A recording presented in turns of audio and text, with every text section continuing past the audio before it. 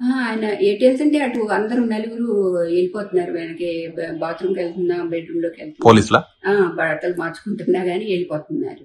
ఆ తలుపు ఎట్లా వేసే ఉంది. నేనన్నా ఎక్కడికి వెళ్తారండి, అది బాల్కనీనే కదా, అక్కడ నుంచి ఎటు వెళ్తారు, ఇక్కడే ఉంటారు కదా, ఎందుకు అట్లా ఎమ్మడి పడతారు, అంత తొందరగా వెళ్దామని కొంచెం నిదానంగానే వస్తారు కదండి అని అన్నాను. అంటే లేదు, టైం అయిపోయింది, వెళ్ళాలి, టైం అయిపోయిందని ఎవరికో చెప్తున్నారు, ట్యాబ్లెట్స్ వేసుకుంటున్నారు, వస్తున్నాం అని చెప్పి ఇంకా హడావుడికి తీసుకెళ్ళారండి. అంటే నేను రేపు ఫస్ట్ గారికి అప్పుడు ఎప్పుడు తెప్పిస్తానండి. అయితే ఇంకా 2 ఉన్నాయి, ఒక 2 రోజులకే ఉన్నాయి. అంటే మా డాక్టర్ చూసుకుంటారులేండి అవన్నీ అని అన్నారు. ఒక రకం ట్యాబ్లెట్ 2 రోజులే వస్తుంది. అంటే ఇప్పుడు ఆయన మానేశానని కూడా చెప్పారు కదండి, రాజకీయాల్లో లేనని, నేను ఇంకా ఎప్పుడు లైఫ్లో మళ్ళీ మాట్లాడను, అట్లా ఇంకెప్పుడు ఎవరిని అనను అని అట్లా అవన్నీ కూడా అన్నారు. సరే అయినా కానీ వచ్చారనుకోండి, కాకపోతే అంత హడావుడిగా ముందు నోటీస్ ఇవ్వకుండా వెంటనే తీసుకెళ్ళిపోవటం అనేది, అసలు టైం కూడా ఇవ్వకుండా అండి, వెంటనే ఎక్కడికి వెళ్తే అటు వెళ్ళటం మాకేం అర్థం కాలేదు అసలు ఫస్ట్ ముందు వచ్చినప్పుడు.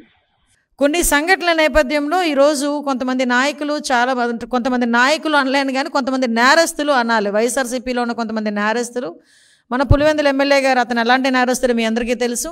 బాబాయిని చంపిన వాళ్ళు, చంపించిన వాళ్ళు, మొన్నటి వరకు కూడా ఎన్ని మహిళల మీద అఘాయిత్యాలు జరిగినా నోరిప్పని వాళ్ళు, వీళ్ళందరూ మాట్లాడుతున్నారు. ఫస్ట్ థింగ్, వీళ్ళెవరికి కూడా సమాధానం చెప్పాల్సిన అవసరం మాకు లేదు. కానీ మాకు ఓటేసి గెలిపించిన ప్రజలకి సమాధానం చెప్పాలి, ఓటేసిన ప్రజలకి వాస్తవాలు తెలియాలి అని ఒకే ఒక ఉద్దేశంతో ఈరోజు నేను మీడియా ముందుకు రావడం జరిగింది. నేరాల సంఖ్య చెప్తున్నాను నేను, మహిళల మీద జరిగిన నేరాల సంఖ్య, మిగతా వాటి గురించి నేను మాట్లాడట్లే. నువ్వు ఈరోజు బయటకు వచ్చి ఎక్కడైనా ఏదైనా జరిగితే శవాల మీద పేలాలు ఏరుకునే వాళ్ళ ఎక్కడ ఏమి జరుగుతుందా అని ఏదో అంటారు కదా, వెయిట్ చేస్తా కూర్చున్నావు. ఎస్, నువ్వు నిజంగా బాధ్యతాయుతంగా వచ్చి ఉంటే బాగుండేది. కానీ రాజకీయం చేయడానికి ఈరోజు వస్తున్నావు చూడు, అదే చాలా ఇబ్బందిగా అనిపించింది. నువ్వు 5 సంవత్సరాలు కూడా నిజంగా ఇదే చిత్తశుద్ధితో నీ హయాంలో మహిళల మీద జరిగిన నేరాలని, మహిళల మీద జరుగుతున్న ఘోరాలని కూడా నువ్వు ఆ రోజు అరికట్టడం పక్కన పెడితే, కనీసం బయటకు వచ్చి మాట్లాడడం పక్కన పెడితే, నువ్వు నీ తాడేపల్లి ఇంట్లో కూర్చొనైనా ఒక్కరోజు ఒక్క ఇష్యూ మీద స్టేట్మెంట్ ఇవ్వగలిగావా? ఒక్కరోజు ఒక్క ఇష్యూ మీద స్టేట్మెంట్ ఇవ్వగలిగారా? అదే సిచ్యువేషన్ ఈరోజు. అంటే ఆ రోజు కనీసం ఒక ఆడపిల్ల రమ్య అనే అమ్మాయిని నడి రోడ్డు మీద ఆగస్ట్ 15 రోజు హత్య చేసేస్తే, కనీసం ముఖ్యమంత్రి హోదాలో ఉన్న జగన్మోహన్ రెడ్డి ఆ రోజు బయటకు వచ్చి ఒక స్టేట్మెంట్ ఇవ్వాల. ఎందుకు ఈ విషయం చెప్తున్నానో తెలుసా? ఈ 3-4 నెలల కాలంలో ఎక్కడైనా ఆడపిల్లల మీద అఘాయిత్యాలు జరిగినా, ఆడపిల్లని చంపినట్టు కనుక ఎక్కడైనా ఒక న్యూస్ బయటకు వచ్చినా, ఆ లోకల్ ఎమ్మెల్యే స్పందిస్తారో, లోకల్ మినిస్టర్ స్పందిస్తారో, హోమ్ మినిస్టర్ స్పందిస్తారో పక్కన పెడితే, డైరెక్ట్గా సాక్షాత్తు ముఖ్యమంత్రి హోదాలో ఉన్న గౌరవ నారా చంద్రబాబు నాయుడు గారు ఇమ్మీడియట్గా స్పందించి ముందు దాని వివరాలు చెప్పండి అని కన్సర్న్ ఎస్పీకి ఫోన్ చేసి ఆయనే స్వయంగా కనుక్కొని ఏం జరిగిందన్నది కనుక్కొని తొందరగా దర్యాప్తు పూర్తి చేసి నిందితులను అరెస్ట్ చేయండి అని చెప్పారు. నేను ఒకటి ఛాలెంజ్ చేసి అడుగుతున్నా, నీ బుర్రకు తట్టుందో లేదో తెలియదు జగన్మోహన్ రెడ్డి, నీకు స్పెషల్ కోర్ట్ అంటే తెలుసా? ఫాస్ట్ ట్రాక్ కోర్ట్ అంటే తెలుసా? ఇలాంటి కేసెస్కి ఒక స్పెషల్ కోర్టుకి ఇచ్చి ఆ కోర్టు ద్వారా త్వరితగతిన శిక్షణ పడేటట్టు చెయ్యొచ్చు అన్న సంగతి నీకు 5 సంవత్సరాలు తెలుసా? కనీసం నీ హోమ్ మినిస్టర్ గాని ఎవరైనా చెప్పారా? ఒక్కసారి ఆలోచించండి. ఎప్పుడైతే వరుస సంఘటనలు, కొన్ని సంఘటనలు ఆయనకి దగ్గర ఉండి చూసి ఆయన ఇబ్బంది పడి కొంచెం మనస్తాపానికి గురై గౌరవ ముఖ్యమంత్రి గారు ఇమ్మీడియట్గా ఒక స్పెషల్ కోర్టు కావాలని హైకోర్టు రిక్విజిషన్ లెటర్ పెట్టడం జరిగింది. ఆ స్పెషల్ కోర్టుకి 3-4 కేసులను ఈరోజు పంపించి అతి త్వరితగతిన ఆ కేసుని విచారణ జరిపి నిందితులకి శిక్ష పడాలి అని చెప్పి ఇనిషియేషన్ తీసుకున్న ముఖ్యమంత్రి మా చంద్రబాబు నాయుడు గారు. నువ్వు ఈరోజు మాట్లాడుతున్నావు. ఒకసారి ఆ స్పెషల్ కోర్ట్ అనే సంగతి లాస్ట్ 5 yearsలో ఒకసారి మాట్లాడలే.